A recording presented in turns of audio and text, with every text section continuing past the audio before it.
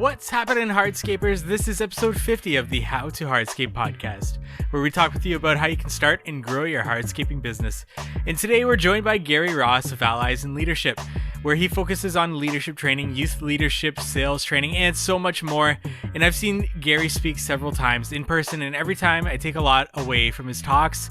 So I'm happy to have him here for our 50th episode of the podcast to talk about sales. So without further ado, here's our interview with Gary Ross. Today, we're joined by Gary Ross. He's the CEO of Allies in Leadership, where they focus on leadership training, youth leadership, sales training, and so much more. Gary, thank you so much for joining us here. Well, thank you, Mike. I appreciate the opportunity to connect with you and be on your podcast. I met you at the Permacon conference back in March, and it's so great that we're able to connect here and have a conversation. Thank you so much. Absolutely. And I've seen you talk a couple of times at those Permacon conferences now, and it's just great to be able to have you on the show to speak to our audience, our hardscape audience here. So let's just get started to get to know a little bit more about yourself, Gary. Can you give us and our audience a little bit of a background about yourself, what brought you to this industry, and starting up Allies in Leadership? Okay, well, sure. Well, I have over 36 years of sales experience in the building materials industry. 13 of those years were in a sales leadership role. Actually, brought in by, I originally was selling masonry products, and the company I was working for purchased a paver manufacturing company, and really got enthused about that product line, because being in the masonry sales in Florida, the majority of my product I sold got covered up by stucco. So it wasn't, I didn't see a lot of my finished product. It was always covered. But with the hardscape products, the retaining walls and the pavers, you know, I got to see the product in place and how it brought so much joy to people's lives, having a nice outdoor living area. So I became the VP of sales for Belgard, which is the Old Castle product, hardscape product line in the U.S. I was the VP of sales for Belgard in Florida, and just have seen this industry grow leaps and bounds with not only new products, but also new techniques on how to install these products. It's a very exciting industry. Absolutely. And what prompted you to start Allies in Leadership? And if for anybody that wants to check it out, alliesinleadership.com, you can see all the different training and leadership programs that they offer there, as well as the different books that you've written on a variety of topics. Where did this come into play where you decided you wanted to start this, Gary? Well, Mike, you know, when I started in sales many years ago, my initiation as a sales rep was I sat down with this. I didn't even get a chance to sit down with him. I met the sales manager. He reached in his desk drawer. He pulled out at that time a pager, because we didn't have the cell phones that we have now. He pulled out a pager, a notepad, and a pen, and said, "Okay, go out there. Here's your territory. This is where and make some sales." And that was my sales training, and that was a lot of salespeople's sales training back in the day. And unfortunately, I saw a lot of good people who, if they would have had proper training, would have been dynamic salespeople. But that type of sales training of baptism by fire mentality really destroyed them. So, you know, I made sure that I wanted to have salespeople give people an opportunity to really excel in this career, because I believe that a professional salesperson helps people get what they want and what they need. And I started Allies in Leadership with the thought process of, you know what, I want to dispel this ugly stereotype of the used car salesperson.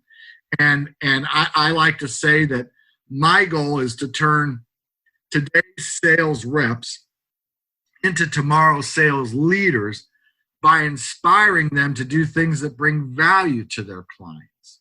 And that's what it's all about in sales. It's not just go out there and push a product or a service that somebody doesn't want or need. It's about discovering what your client or prospect needs and how you can help them with the solution. Because actually, regardless of what item, what tangible or intangible item or service we sell, we actually sell an outcome. People come to us because they want to achieve some type of outcome. So people come to us in the hardscape industry because they want to achieve some type of outcome, an outdoor living area of some sort. And we as salespeople help them through the process of identifying solutions in order for them to achieve the outcome. So it was, the thought process of I just want to provide training for salespeople so they can see that it is a professional occupation. It's not that shady plaid jacket used car salesperson that's trying to take advantage of the little old lady, right? And I like to say that when people use my service at Allies in Leadership, I help them by improving their communication skills, increase their level of influence, and create a culture of accountability. Those are the foundation principles of the sales mentoring and coaching program that we offer at Allies in Leadership. Excellent. And a great process that we're going to talk about a little bit today. But continuing with this conversation about sales, as a small business owner, as an owner operator, which myself and much of our audience is, we're often wearing so many different hats when it comes to our business, and we have to know so many different skills in order to keep our business afloat. But sales is one of those that is so crucial to keeping our business afloat. And when it comes to improving ourselves as salespeople in our business, where should we start with this? I get that question a lot because I'm very enthusiastic, and you've seen me present. I'm very animated. I'm very passionate about sales and helping people get what they want. And I often will get asked at the end of a presentation at a conference, hey, I just want to know. A lot of time, business owners come up to me. Are natural salespeople born? And of course, my reply is, well, of course. I've never seen an unborn salesperson. Right? Everybody can they have the potential to learn the techniques to be a very good qualified salesperson. And the real answer to the question, Mike, is it starts with you. It starts with yourself. It's where you need to be a person that is not afraid to set goals and to strive to achieve them. And you want to make sure you're setting SMART goals that are specific and measurable, that they're attainable, but they make you stretch, and they're realistic and they're time-based. And you really, in sales, your thought process should be your willingness and desire to serve others, because that's what you do in sales. People come to you because they need something that's going to help them, and you as the salesperson are going to provide that to them. Definitely requires dedication and discipline. If you're a person that gets hurt by rejection, well, you might want to consider another career, because you're going to get a lot more no's than yeses in sales. But if you can change your behavior towards rejection, where it's not going to bother you and you realize it's not personal, it's just business, you'll do fine in sales. And more importantly, I think what a lot of people have to understand is getting to know your prospects and your clients. Getting to know their buying styles based on their personality behavior. And most importantly, you really need to have a sales coach or a mentor, sales mentor, who can guide you along this process, because they're going to have some ultimate very high highs and of course very low lows. And it's good to have somebody that you can go to discuss things with, run suggestions by, seek advice, and that comes from a qualified sales coach and mentor. And if you're going to be successful in sales, you need to find somebody who can do that. That's what helped me become successful. I had numerous mentors in my life that when I ran into a difficult situation, I went out to them. When I had a success story, I shared it with them.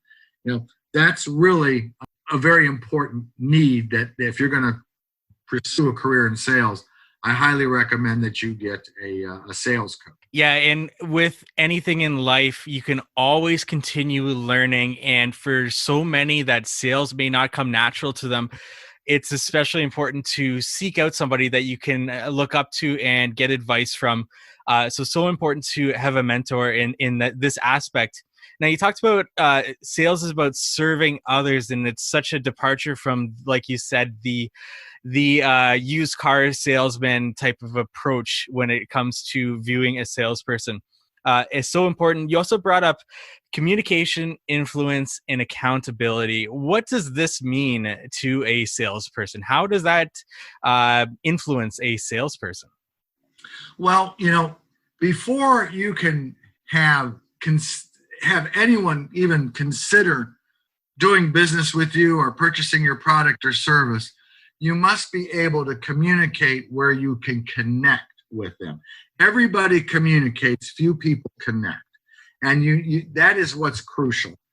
And we do this by everybody that I mentor as a sales coach. The first thing I have them complete is a personality behavior analysis. And what this does is it identifies their selling style, their selling strengths, their selling challenges, and also helps them recognize their buyers' buying styles. And you see, with this, they're better able to go out there and connect with their client or prospect. And once they make that connection, when you can connect, you are in a better position to influence the person into using your product or service. There is no way it's going to be very, very, very difficult for a salesperson to try to get someone to purchase their product or service if you cannot influence them, if you don't possess that ability to connect and influence them. And then, of course, it also comes down to accountability. There is no wizard that can help you make things happen or change things in your life.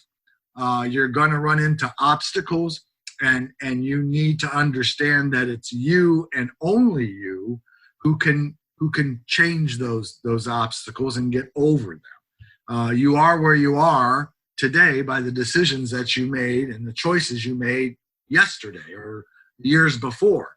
So, it's being accountable for your actions so you can better serve your clients and also the company that you're working for. And just really good points, not just for any salesperson, but also for a business owner. Just being able to be a good communicator and take accountability for the actions of not only yourself, but everything that happens within your business. Now, when it comes to prospects and customers, in identifying these prospects, how do we know how we have a good lead to pursue or a bad lead, when to say no, when to pursue that lead, and all these things that go into identifying these different prospects? Yeah, well, definitely qualifying leads and prospects plays a very, very significant role in selling. And without having a solid prospect list, it's going to be difficult to build up your sales territory. So, finding the right prospects is critical of a salesperson's work. And it requires a salesperson to be vigilant, or a competitor who's more aggressive will, scoop that prospect up. So we have to understand that, I guess I like to look at sales prospecting is a lot like the old Western gold prospectors that used to pan for gold. He was always looking for another mother lode, and that's the mentality that salespeople need to have. They need to go out and prospect and pan for gold. Unfortunately, sales prospecting is really even harder than panning for gold. But if you know where to look, if you identify who your target market is and the results you can bring that target market, and the benefits and the thing that makes you different from your competition, you're going to find you're going to be a very profitable prospect.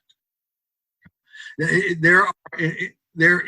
you know, regardless of what you're selling, there is a buyer for your product somewhere. You just have to uncover them.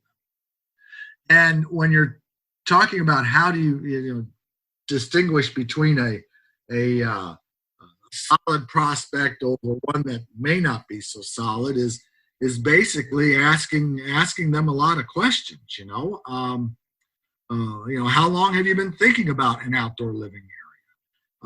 How do you plan on using it? You want to ask these questions and create some dialogue. What's your motivation to putting in an outdoor living area? Have you decided on your budget? If people are really serious about this, they'll be able to answer these questions with a lot of enthusiasm. And right away, you could be able to find out if this is a good, solid prospect. How did you come up with the budget? These are questions you want to ask to get a response to test, is this a hot prospect, lukewarm, or really just someone who's kicking tires? So that's what I would recommend that people do. And also understand, in the world of sales, very rarely do you sign an agreement the first, second, third, or even fourth contact with your prospect. It's not until after the fifth touch with that prospect that things really start to happen and your ability to close the sale increases from 2% to 80%. So it takes discipline. It's one of those things that you're going to have to go in, put on your detective hat, and ask questions, and then be quiet and let the person answer. Yeah, and like you said, I like that touch point of 5 or more touch points with that customer, and just being persistent and sticking with it. Now, when it comes to, because once you've got that prospect and you're asking them questions and you're ready to sort of know that they are a good lead, you want to pursue them and you want to continue with them, that customer is going to have objections, and these objections need to be addressed by yourself, the business owner. So how can we prepare for these objections and be able to address them appropriately? Well, the first thing I would tell somebody to do, and I tell this with all the people I mentor and coach, because this comes up. This is, how do I deal with objections? This comes up quite a bit. How do I deal with sales objections? Well, the first thing is we want to take that word objection and change it to questions, because that's all that objections are. They're questions, unanswered questions that your client or prospect has, and you need to make sure you answer those. Everybody at first is very skeptical. And you need to make sure you develop that rapport and answer these objections, questions, truthfully and honestly as they come up. I remember when I first started selling, I got a call to go visit this contractor who's putting in a wall around this housing development, concrete block walls. It's going to be a big order. And I went to see the guy, and he told me what he needed, and I gave him a price, and there was no questions, no, I guess, objections. I told him when we could get it to him, and he really had no questions or objections at all to everything I was saying. And I didn't give him a lowball price. He was an out-of-town contractor, so I priced him a bit high. And not one question or anything. And he signed the PO and handed me a check for the entire amount. And I was like, really, boy, this selling's really easy, man. This was big. And so we delivered the product 2 days later, and then 4 days after that, we get a call from the bank. It's check bounced. So, and I drive by that wall just about every day, and I don't think we've ever been paid for it. So My advice is if you're dealing with a client or prospect and they don't have any type of question or objection, I would really be leery of that, because I wonder, are they really serious, or are they just using you because they can't use anybody else? That was the case in this situation. People have questions, and that's all objections are. And you have to eliminate the skepticism. You have to build that rapport. You have to make sure that you are providing quality answers to their questions, and you're also asking good questions.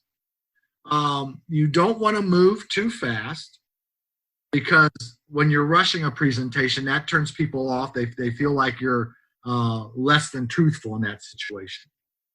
And don't overpromise. Don't try to oversell it, because people can see through that and they're not going to believe you. And once you lose their belief in you, your ability to influence them is totally down the drain. I always say that you make a lot of sales calls. You're going to be faced a lot of times with the same questions you get from every call. So that's where I would prepare first. I would look at the common objections that I get when I make every call, and I would make sure I have the proper answer for those. And sometimes a good technique would be agreeing with the objection before the client or prospect has an opportunity to object. For instance, you may want to go in to the homeowner and say, Mrs. Smith, here we are at Gary's Rocks and Stones, and to be honest with you, we are not, you're going to find out we're not the cheapest one in the greater Ontario, greater Toronto market. And there's a reason for that, Mrs. Smith. It's because we follow the Interlocking Concrete Pavement Institute guidelines on how to install interlocking concrete pavers. I guarantee my labor for 5 years. The manufacturer I use guarantees their product for the lifetime. My crews are my crews. They work for me. They are my people. There are reasons why you're priced the way you're priced. So I would always bring that out first, and that takes that objection off the table. And it really puts your prospect's mind at ease, because they're thinking, well, being very upfront and honest with me. Okay. Instead of you giving the quote, they find out you're too high, and you have an opportunity to overcome that objection. So that's how I would, and look at these objections as an opportunity to educate your prospect or your client. They may not, a lot of people don't understand the system that we use in hardscape paving. It's not new. It's been around since the days of the Roman Empire. It's how the Romans built roads. But people tend to think that the stability of the structure is all in the paving stone. Well, it's not. It's what's beneath the paving stone that homeowners can't see. And that's typically where some installers start cutting corners, and they start messing with the base, which messes with the integrity of the entire paving system. So I would take the opportunity to show the homeowner a cross section, and you can get those off the Interlocking Concrete Pavement Institute website, icpi.org.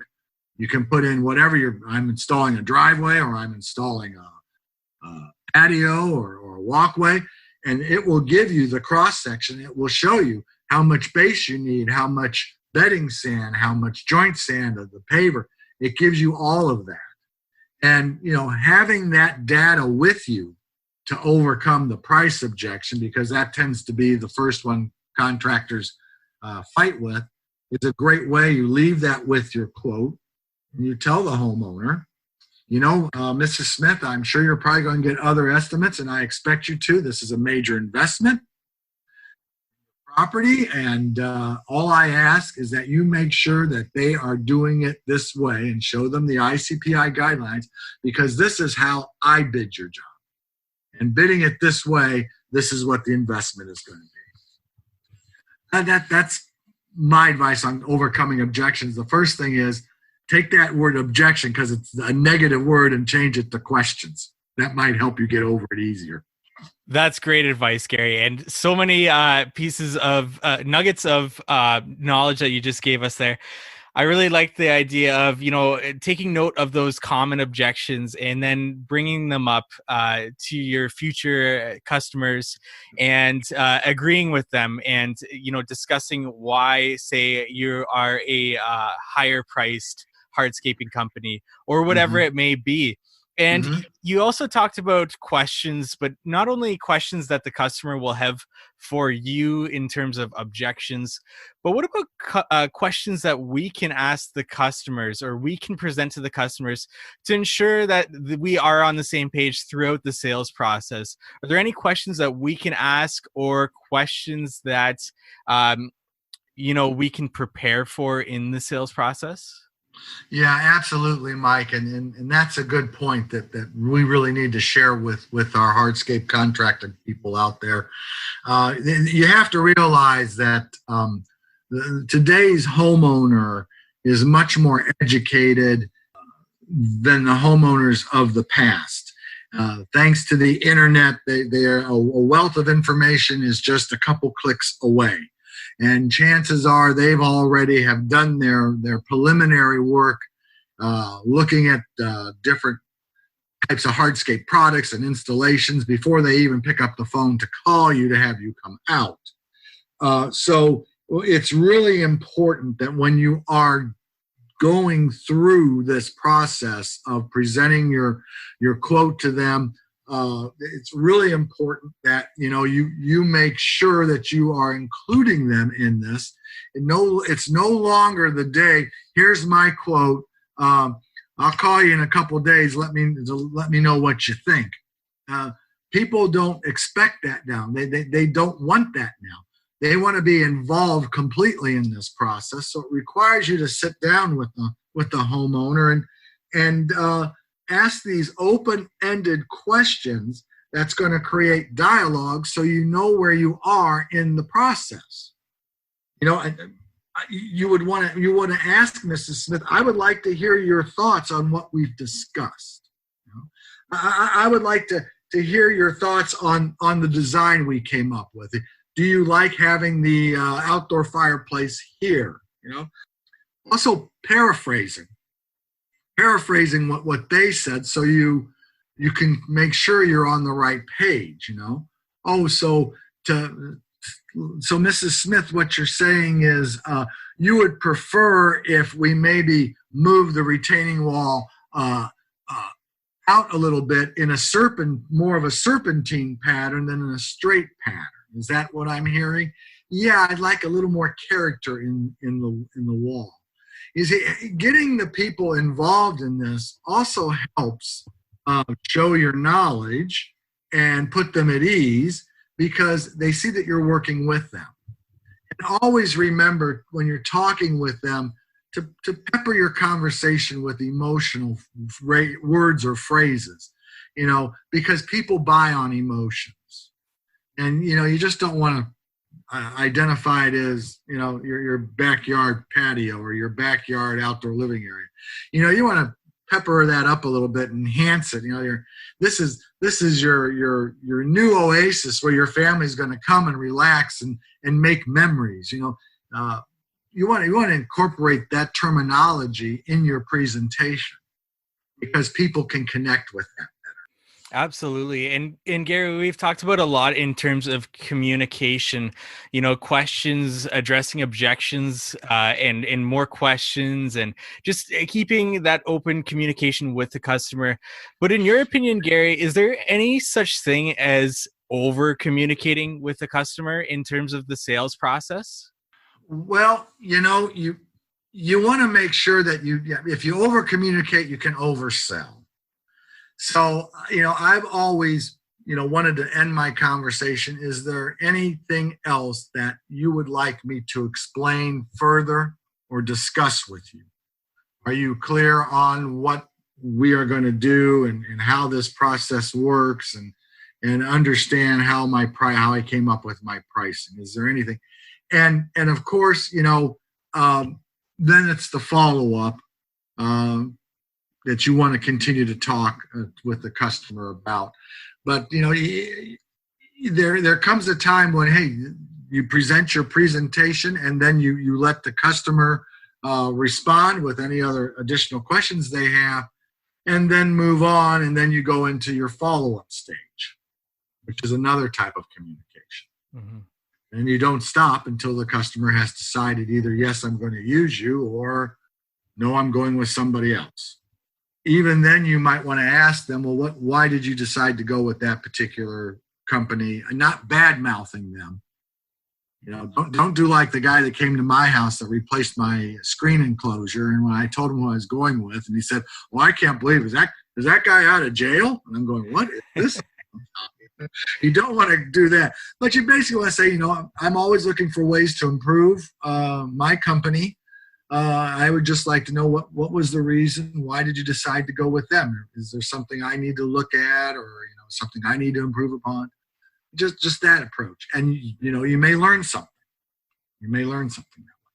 And that brings us to the closing, and like you discussed there, how do we know when it's time to present or to close a sale? And what should we be doing with presenting that code to a customer in a compelling way? Mm-hmm. Well, you do as a professional salesperson, you should be picking up clues from your client or prospect that things are moving in the right direction. And a lot of times it's not the verbal clues you need to be hearing, but the nonverbal clues you need to be watching for. You have to remember, research has proven that 74% the message we send, 74% of it is received through body language. So pay attention to your prospect's body language. Are they cringing? Are they slouching? Are they like crossing their arms? Are they zoning out? Or have they leaned forward a little bit, sit more upright, look more attentively into your eyes? Pay attention to those things. And when you see this happening, when you begin to feel like, okay, I'm really made a connection here, you would want to ask that confirming question. And that question could be something like, I can see that we're on the same page.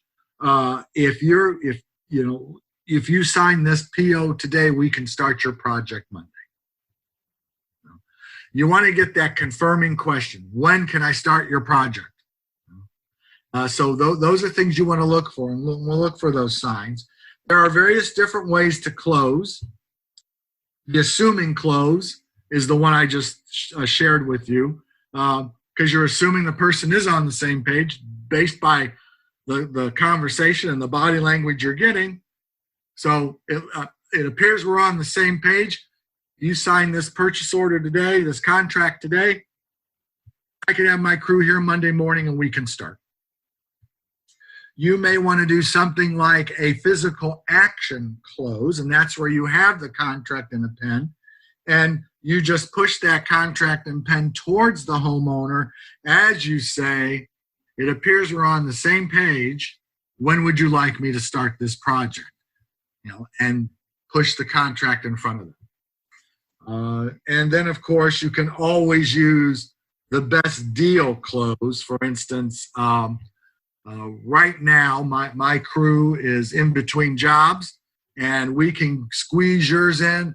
Instead of starting Monday, I can actually start tomorrow and have you done by Monday. But you'll need to sign my contract today before another order gets in there ahead of yours. There's some techniques to use, but as a professional salesperson, you need to be picking up on what's being said, but also what you see. Because hearing sometimes has more to do with your eyes than your ears. I love this advice, Gary. Thank you so much. And as we close out this interview, we've talked a lot about a lot of things in terms of sales, and the main thing that I'm getting from this is being flexible as a salesperson and being able to read your customer and tune your sales pitch, your sales process to that specific customer. Is there anything else in terms of this interview, anything that you want to highlight one more time, or anything that we haven't talked about that you'd want to bring up?